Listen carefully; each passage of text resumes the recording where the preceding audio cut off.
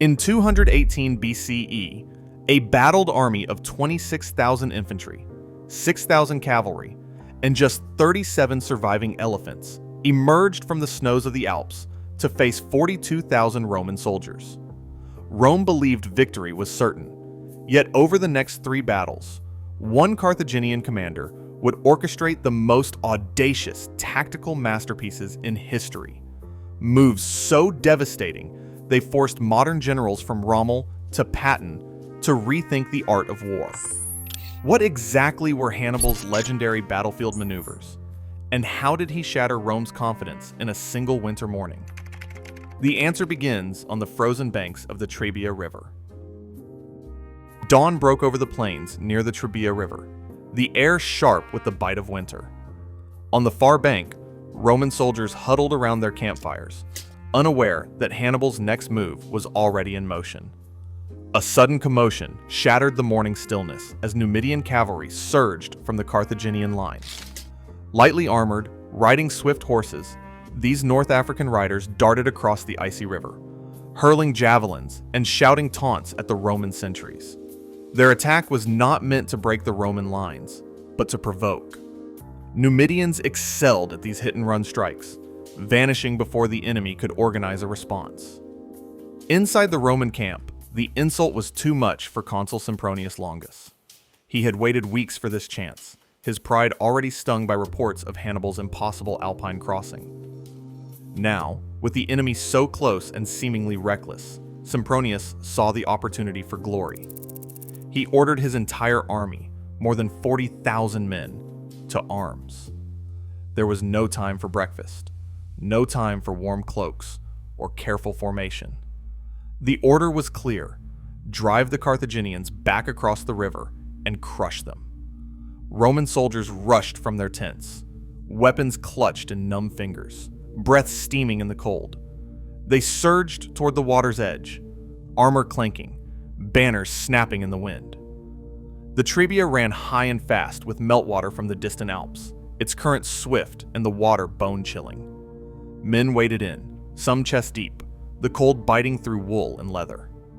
By the time they reached the far bank, their legs were heavy, their teeth chattering uncontrollably.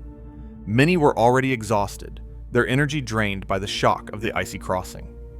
On the opposite side, Hannibal's soldiers stood dry and ready. They had eaten, oiled their bodies against the cold, and waited in disciplined silence. The Numidians, having drawn the Romans across the river, wheeled away to safety, their part in the trap complete. Sempronius's legions, shivering and hungry, formed up on the muddy plain, unaware that every step had led them deeper into Hannibal's design. The Carthaginian line stood firm, while somewhere unseen, a separate force waited for the perfect moment to strike. In the chaos of the ice plain, Roman ranks pressed forward, still convinced they could break the Carthaginian line. But as the fighting thickened, a new danger erupted behind them.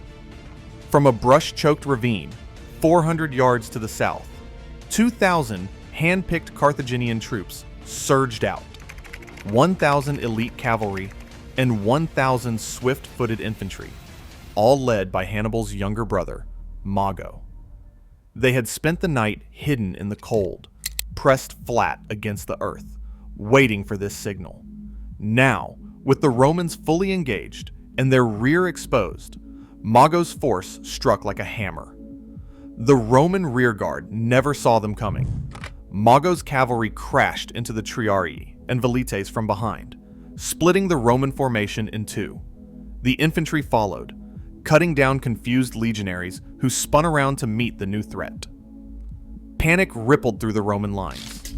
Surrounded on 3 sides, pressed from the front by Gauls and Iberians, crushed on the flanks by African veterans and cavalry, and now assaulted from the rear, Roman discipline shattered. Men tried to form new lines, but found themselves hemmed in, unable to maneuver. The river behind them offered no escape, only icy death for those who tried to swim. The slaughter was relentless. Polybius and Livy both described the carnage as total. Around 22,000 Romans killed in the freezing mud, their bodies piling up along the water's edge. Only a desperate few managed to break out and flee north toward Placentia. On Hannibal's side, losses were light, fewer than 5,000, mostly among the Gauls in the center who had absorbed the initial Roman charge. Mago's precise timing and the discipline of his hidden detachment delivered the final blow, turning a hard-fought battle into a catastrophe for Rome. The victory at Trebia wasn't just about numbers or brute force. It was about the art of concealment, the patience to wait for the perfect moment, and the ruthlessness to strike when the enemy was most vulnerable. Hannibal's use of a hidden force to shatter the Roman rear would become a signature of his campaigns, a lesson in tactical surprise that still echoes through military academies today. Smoke rose in columns across northern Etruria as Hannibal's men swept through the countryside, torching every farmstead and grain store they found. Fields near Cremona, then Caldara, and finally the hamlets around Borgo were left in ruins within 2 days. Villagers fled south, carrying word of the destruction to the Roman consul, Gaius Flaminius. The devastation was no accident. Hannibal wanted his enemy angry, desperate, and reckless. He ordered his cavalry to leave nothing untouched, making sure the scars would be visible from the Roman camps. Flaminius, already stung by criticism in the Senate and haunted by Rome's defeat at Trebia, watched the smoke with mounting fury. He refused to fortify or delay, convinced that only swift action could restore his honor. Each report of another burned farm pushed him to ignore his scouts and throw caution aside. His army of 30,000 marched hard, abandoning defensible ground for the promise of catching Hannibal in the open. Hannibal's route was anything but random. He led his column along the narrow northern shore of Lake Trasimene, where steep hills pressed close to the water's edge. The only road, a strip barely 30 feet wide, snaked between the lake and the rising slopes. The ground here offered no room for maneuver, just a single file of men and wagons hemmed in by nature itself. Every detail was calculated. Hannibal's troops moved ahead, burning and looting, always just out of reach, drawing the Romans deeper into the corridor. Scouts reported that Carthaginian rearguards vanished into the mist each morning, leaving behind only smoldering ruins. The Romans pressed on, their anger blinding them to the danger. As the second day ended, Flaminius's column found itself strung out along the lakeshore, boxed in by hills cloaked in thick brush. The road narrowed even further, and the lake's surface mirrored the deepening dusk. Hannibal's army had disappeared from view, but every farm and village in sight had been reduced to ash. The stage was set for something far worse than mere destruction of property. Flaminius, driven by rage and pride, had followed his enemy straight into the jaws of the trap. Thick fog rolled off Lake Trasimene before sunrise, swallowing the narrow road and the marching Roman column. Visibility dropped to less than 20 yards. No man could see more than a few paces ahead. The only sound was the steady tramp of 30,000 legionaries, armor clinking, boots squelching in the dew-soaked earth.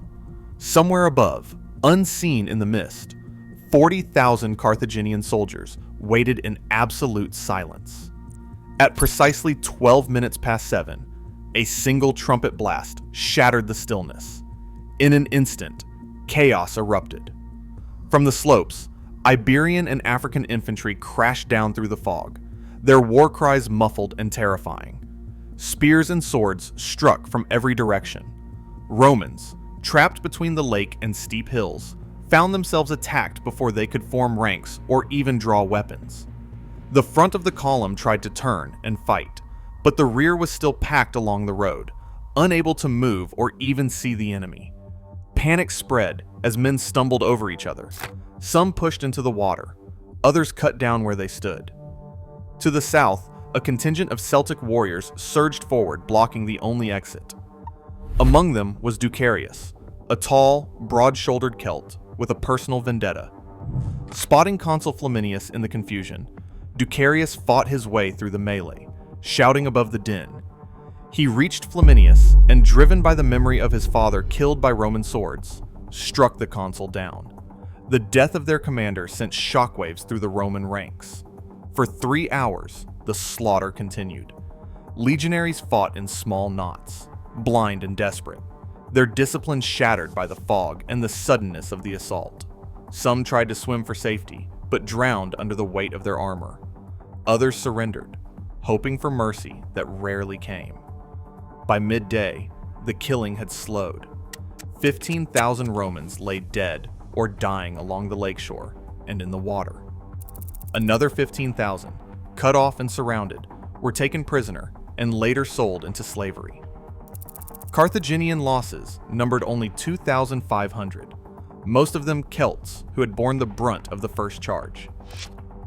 News of the disaster reached Rome by scattered survivors, many unable to explain what had happened in the blinding mist. Senators argued over the scale of the defeat, some refusing to believe the reports.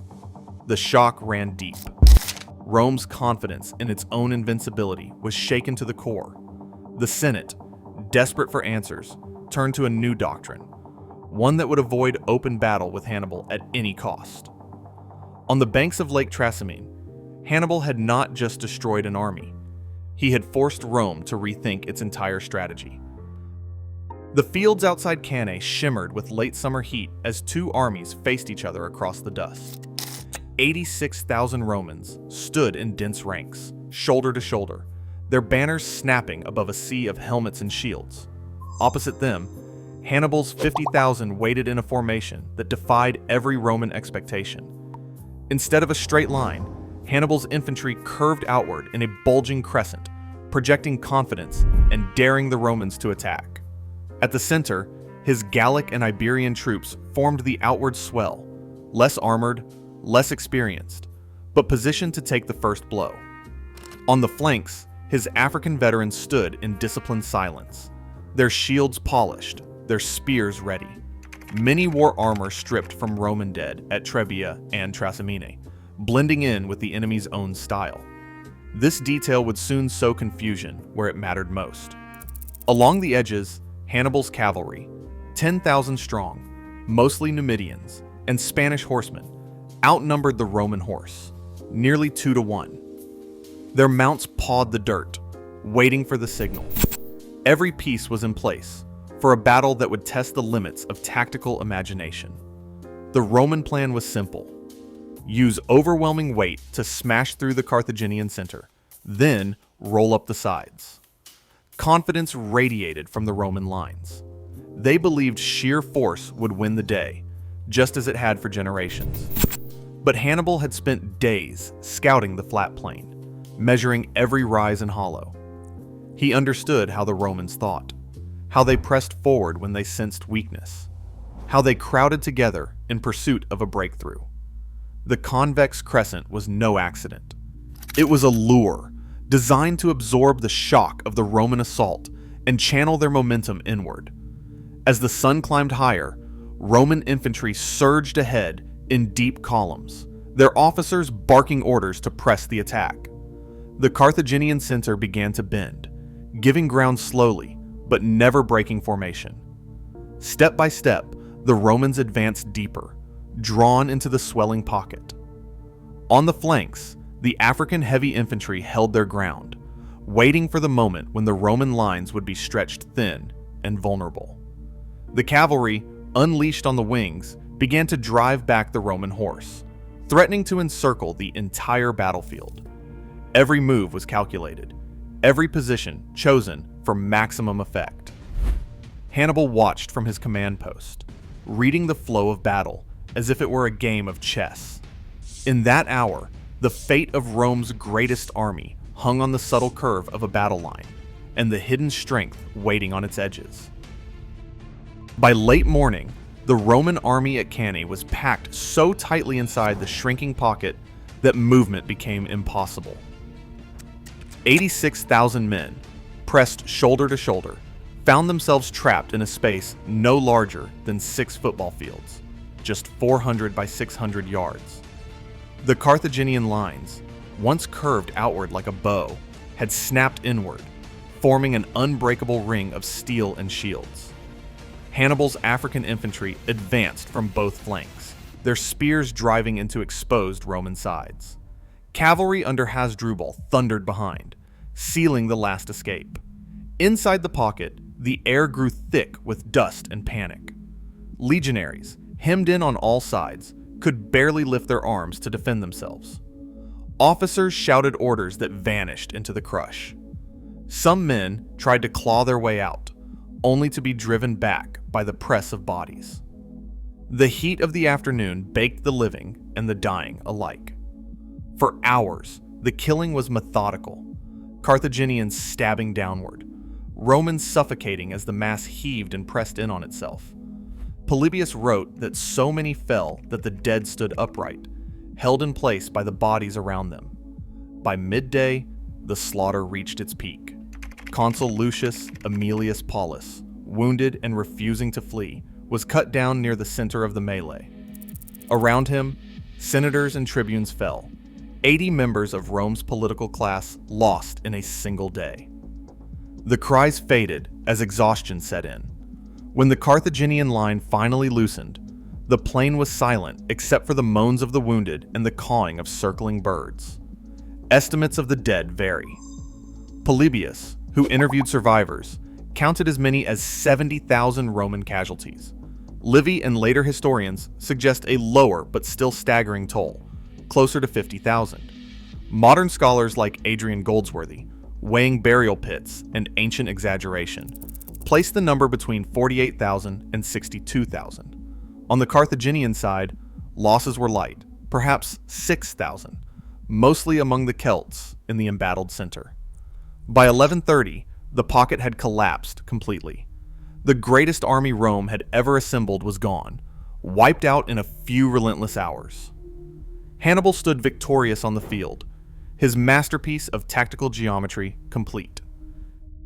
In every modern war college, Hannibal's lessons remain alive. His maneuvers at Cannae and Trasimene are still dissected by generals preparing for tomorrow's conflicts. As technology evolves, the principles of deception, adaptation, and outmaneuvering a superior force never fade. Mastery of the battlefield is timeless.